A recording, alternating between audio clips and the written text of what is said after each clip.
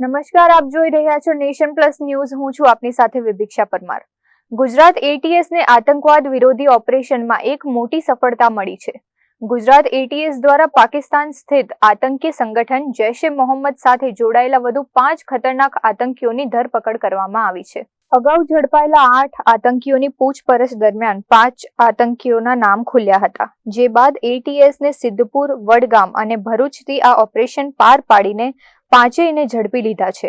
પ્રાથમિક તપાસમાં આ આતંકીઓએ છેલ્લા 3 વર્ષમાં 8 અલગ અલગ અવાવરૂ જગ્યાઓ પર બોમ્બ બ્લાસ્ટનું પરીક્ષણ કર્યું હોવાની ચોંકાવનારી વિગતો સામે આવી છે.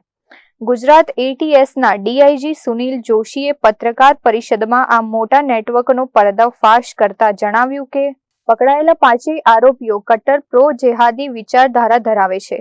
આ આતંકીઓના મોબાઈલ ફોનમાંથી બોમ્બ બનાવવાની રીત દર્શાવતી લિટરેચરની પીડીએફ ફાઇલો અને જેહાદી સાહિત્ય મળી આવ્યું છે. આરોપીઓ પૈકીના બિલાલ શેરાએ અગાઉ પકડાયેલા આતંકી મોહમ્મદ અમીનને એક પેન ડ્રાઈવ આપી હતી, જેમાં જૈશના વડા મસરૂદ અઝહરના જેહાદી ભાષણોના વિડીયો હતા. આ ઉપરાંત મોહમ્મદ અયુબ કડીવાલા નામના આતંકીએ કબૂલ્યું કે તેઓ મસ્જિદમાં ભેગા થઈને દાવતના નામે અન્ય મદ્રેસાના તાલીમાર્થીઓને જેહાદમાં જોડાવા ઉશ્કેરતા હતા.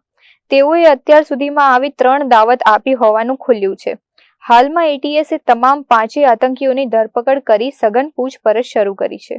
આ આતંકીઓને કોઈ મોટો ટાર્ગેટ આપવામાં આવ્યો હતો કે કેમ અને ખાસ કરીને આગામી રથયાત્રાને લઈને કોઈ મોટું કાવતરું ઘડવામાં આવ્યું હતું કે નહીં તે દિશામાં પણ ઉચ્ચ અધિકારીઓ તપાસ ચલાવી રહ્યા છે. Bureau report, Nation Plus News, Ahmedabad. સમાચારોના સતત અપડેટ મેળવવા માટે અમારી નેશન પ્લસ ન્યૂઝની યુટ્યુબ ચેનલને સબસ્ક્રાઇબ કરો, બેલ આઇકન દબાવો અને જોડાયેલા રહો ફેસબુક, ઇન્સ્ટાગ્રામ અને ટ્વિટર પર.